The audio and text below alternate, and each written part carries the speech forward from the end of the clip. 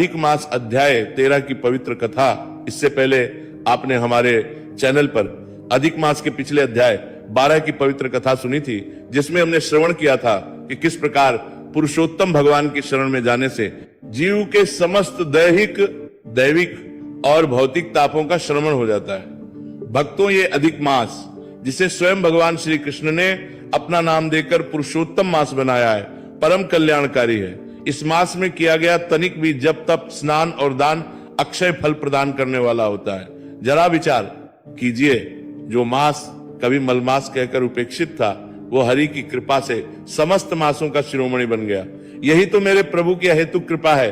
भक्तों, आज के इस पावन प्रसंग में हम पद्मा पुराण और विष्णु पुराण के अंतर्गत वर्णित उस परम गोपनीय और दिव्य संवाद की ओर चलेंगे, जहां स्वयं जगत के पालनहार भगवान श्री हरि विष्णु और परम करुणामयी माता लक्ष्मी के मध्य कलयुग के दोषों और पापों के रहस्य को लेकर अत्यंत गंभीर चर्चा हुई थी। एक बार की बात है, क्षीर सागर की अनंत तरंगों के बीच शेष शैया पर विराजमान शंख चक्र गदा पद्मधारी भगवान नारायण मंद मंद मुस्कुरा रहे थे। उनके चरण कमलों को अपने कर कमलों से दबाती हुई साक्षात ऐश्वर्य और करुणा की माता महालक्ष्मी अत्यंत व्याकुल दिखाई दे रही थी। माता लक्ष्मी के सुंदर मुखमंडल पर चिंता की लकीरें थी। वे बार बार धरती लोक की ओर देखती और उनके नेत्र सजल हो जाते। अंतर्यामी प्रभु से अपनी आद्या शक्ति की ये व्याकुलता छिपी नहीं थी। भगवान विष्णु ने अपनी दोनों आंखें खोली, जो कि खिले हुए कमल के समान सुंदर थी, और मधुर स्वर में बोले, हे देवी, हे क्षीर सागर नंदिनी, आपके इस सौमुख पर आज ये उदासी कैसी? आप तो संसार को आनंद और समृद्धि देने वाली है, फिर आपके मन में एक ऐसी चिंता उत्पन्न हुई है। माता लक्ष्मी ने अपने दोनों हाथ जोड़े, प्रभु के चरणों में प्रणाम किया और अत्यंत भावुक स्वर में कहा, हे प्राणनाथ, हे जगदीश्वर, आप तो सर्वज्ञ है, भूत भविष्य और वर्तमान सब कुछ आपके सम्मुख प्रत्यक्ष है। प्रभु, जब मैं वैकुंठ से इस मृत्यु लोक की ओर दृष्टिपात करती हूँ तो मेरा हृदय कांप उठता है। द्वापर युग अंत निकट आ रहा है और पापात्मा कली का आगमन होने वाला है। हे स्वामी, मुझे कलयुग के पापों का वो रहस्य बताइए जिसके कारण जीव अंधकार के गर्त में गिर जाता है। कली के प्रभाव से मानव का धर्म, उसकी बुद्धि और उसका आचरण कैसा हो जाएगा? कृपा कर विस्तार से कहिए। प्रभु भगवान श्री हरि विष्णु ने माता लक्ष्मी की इस लोक कल्याणकारी भावना को देखकर अत्यंत संतोष व्यक्त किया। वे उठकर बैठ गए और गंभीर वाणी में बोले, हे प्रिय, आपने संपूर्ण मानव जाति के उद्धार के लिए अत्यंत सुंदर प्रश्न किया है। सुनो देवी, जब सतयुग, त्रेता और द्वापर समाप्त होते हैं, तब कली का साम्राज्य आता है। कलयुग में पाप की जड़ें इतनी गहरी हो जाती है कि मनुष्य साक्षात धर्म को भूलकर अधर्म को ही अपना सर्वस्व मान बैठता है। और अगर कलयुग के पापों के मूल रहस्य की बात करें तो उसमें सबसे पहला और विनाशकारी लक्षण होगा मानव की बुद्धि का मलिन होना। भगवान आगे बोले, हे लक्ष्मी, कलयुग में मनुष्यों की बुद्धि पर अज्ञान का ऐसा पर्दा पड़ेगा कि वे सत्य को असत्य और असत्य को सत्य मानने लगेंगे। इस युग में 5 मुख्य दोष मनुष्यों को पूरी तरह अपने वश में कर लेंगे। लोभ, क्रोध, पिता का घोर अपमान, वासना और पूर्ण रूप से धर्म का पतन। यानी कि जो मनुष्य धर्म के मार्ग पर चलकर मोक्ष पा सकता था, वो इन विकारों के कारण बार बार 84 लाख योनियों के चक्कर में भटकेगा। भक्तों, जरा सोचिए, स्वयं भगवान नारायण उस समय की बात कर रहे हैं जिसमें आज हम सब जी रहे हैं। प्रभु ने माता लक्ष्मी को बताया कि कलयुग का पहला रहस्य है कि यहाँ पाप बहुत सूक्ष्म रूप से प्रवेश करेगा, मनुष्य को पता चलेगा और वो लोभ की अग्नि में जलने लगेगा। भगवान विष्णु कहते हैं, हे देवी, कलयुग में लोभ का ऐसा तांडव होगा कि भाई भाई का शत्रु बन जाएगा। धन की विपाशा इतनी बढ़ जाएगी कि मनुष्य सगे संबंधों का गला घोटने में भी संकोच नहीं करेगा। न्याय और अन्याय का भेद समाप्त हो जाएगा।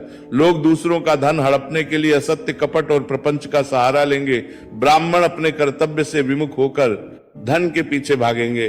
राजा प्रजा का रक्षण करने के बजाय उसका भक्षण करने लगेगा और वैश्य व्यापार में केवल छल कपट को ही प्रधानता देंगे। यानी कि चारों ओर केवल मेरा मेरा की ही गूंज होगी। माता लक्ष्मी ये सब सुनकर अत्यंत दुखी हुई। उन्होंने पूछा, प्रभु, क्या कली के प्रभाव से मनुष्य इतना संवेदनहीन हो जाएगा? क्या उसमें तनिक भी संतोष नहीं बचेगा? भगवान ने लंबी श्वास लेकर कहा, नहीं देवी, संतोष नाम का तो लोभ ही हो जाएगा। मनुष्य के पास जितना धन होगा उसकी तृष्णा उतनी ही बढ़ती जाएगी। लोभ के कारण ही समाज में ईर्ष्या का जन्म होगा। लोग दूसरों की उन्नति देखकर अंदर ही अंदर जलेंगे और जहां लोभ होता है वहां क्रोध का आना निश्चित है। क्रोध कलयुग का वो दूसरा भयंकर अस्त्र है जो विवेक पूरी तरह नष्ट कर देगा। क्षण भर के क्रोध में आकर मनुष्य बड़े से बड़ा जघन्य अपराध कर बैठेगा। पति पत्नी का पवित्र संबंध जो कि 7 जन्मों का बंधन माना जाता है, वो इस क्रोध और अहंकार के कारण तिनके की तरह टूट जाएगा। समाज में शांति नाम की कोई वस्तु नहीं बचेगी। भक्तों, आप समझ रहे हैं कि भगवान विष्णु ने कितने वर्ष पूर्व ही आज की स्थिति वर्णन करें दिया था। ये कथा केवल एक प्रसंग नहीं है, यह हमारे जीवन का दर्पण है। पुरुषोत्तम मास में इस कथा को सुनने का अर्थ ही यही है कि हम अपने भीतर झांके और देखें कि कहीं हमारे भीतर भी तो ये लोभ और क्रोध घर नहीं कर गया है।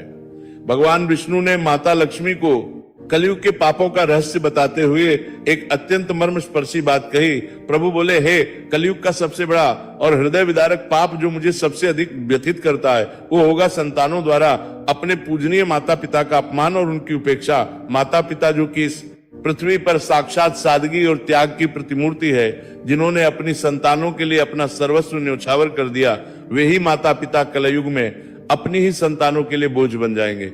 संतानें पत्नी के वशीभूत होकर अपने स्वार्थ में अंधे होकर बूढ़े माता पिता को घर से निकाल देंगी या उन्हें तड़पने के लिए छोड़ देंगी।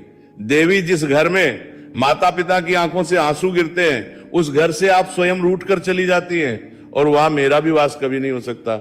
माता लक्ष्मी के नेत्रों से यह सुनकर अविरल अश्रु धारा बहने लगी। वे सोचने लगी कि जो मनुष्य अपने जन्मदाताओं का आदर नहीं कर सकता, वो ईश्वर की भक्ति क्या करेगा। भगवान ने को आगे बढ़ाते हुए कहा है, देवी, इस लोभ क्रोध और अपनों के अपमान का अंतिम परिणाम होगा पूर्ण रूप से धर्म का पतन। लोग वेदों की निंदा करेंगे, पुराणों को कोरी कल्पना मानेंगे, संतों और महात्माओं का उपहास उड़ाएंगे। मंदिर केवल पर्यटन के केंद्र बन जाएंगे, वहां भक्ति भाव लुप्त हो जाएगा। गंगा आदि पवित्र नदियां मनुष्यों के पाप धोते धोते स्वयं मलिन होने लगेंगी। लोग स्नान दान, दीपदान जैसी पवित्र क्रियाओं को अंधविश्वास कहने लगेंगे। इस प्रकार 4 चरणों वाला धर्म कलयुग के अंत तक आते आते केवल एक कमजोर चरण पर खड़ा रह जाएगा और समाज में केवल अधर्म, दुराचार तथा हाहाकार का साम्राज्य होगा। यही कलयुग का वो भयानक सत्य है। भक्तों, जो भगवान विष्णु ने माता लक्ष्मी के सम्मुख प्रकट किया, परंतु प्रभु की कथा कभी भी भय उत्पन्न करने के लिए नहीं होती, उसमें कल्याण का मार्ग भी छुपा होता है। इस गंभीर विमर्श के बीच ही प्रभु ने एक ऐसी कथा का बीजारोपण किया जो जीवों को इस कली सागर से पार लगाने वाली है, जिसका विस्तार हम इस पावन सत्संग में आगे श्रवण करेंगे। प्रभु, आपकी लीला अपरंपार है। इस प्रकार भगवान श्री हरि विष्णु ने माता लक्ष्मी को कली के समस्त दोषों से अवगत कराया, जिसे सुनकर संपूर्ण सृष्टि कांप उठी। हे देवी महा लक्ष्मी, भगवान नारायण के इन वचनों को सुनकर क्षीर सागर का कोमल वातावरण भी जैसे अत्यंत गंभीर हो गया। भक्तों, जरा सोचिए, जब साक्षात सृष्टि के रचयिता और पालनहार कली के दोषों का ऐसा सजीव वर्णन कर रहे हो, तो माता लक्ष्मी का करुणामय हृदय भला कैसे स्थिर रहता। माता लक्ष्मी ने अत्यंत विनीत भाव से अपने दोनों कर कमलों को जोड़ा और प्रभु के मुखमंडल की ओर देखते हुए, हे दयानिधि, हे अच्युत, कलयुग के पापों का यह रहस्य तो अत्यंत भयावह है, जो कि आपके ही अंश है। वे जीव भला इस कली रूपी महासागर में डूबने से कैसे बचेंगे। हे प्रभु, जहां लोभ, क्रोध, अहंकार और माता पिता का घोर अपमान ही मनुष्यों का स्वभाव बन जाएगा, वहां धर्म की रक्षा कैसे होगी। और अगर कोई जीव इस घोर कलिकाल में भी आपका सानिध्य पाना चाहे तो उसके लिए क्या मार्ग है। प्रभु, क्या युग में कोई ऐसी दिव्य तथा कोई ऐसा प्रसंग या कोई ऐसा साधन नहीं है जो इन समस्त पापों को एक क्षण में भस्म कर दे। कृपा करके मुझे कोई ऐसी पौराणिक कथा सुनाइए जो कली के इन भयंकर विकारों को नष्ट करने का सामर्थ्य रखती हो। भगवान श्री हरि विष्णु ने मुस्कुराते हुए माता लक्ष्मी की ओर देखा और बोले, हे देवी, तुम धन्य हो जो इस प्रकार संसार के कल्याण के लिए व्याकुल हो रही हो। सुनो, जहां कली के पास पापों का भयंकर बल है, वहीं मेरे पास भक्तों के उद्धार के लिए एक परम गोपनीय और अत्यंत पवित्र साधन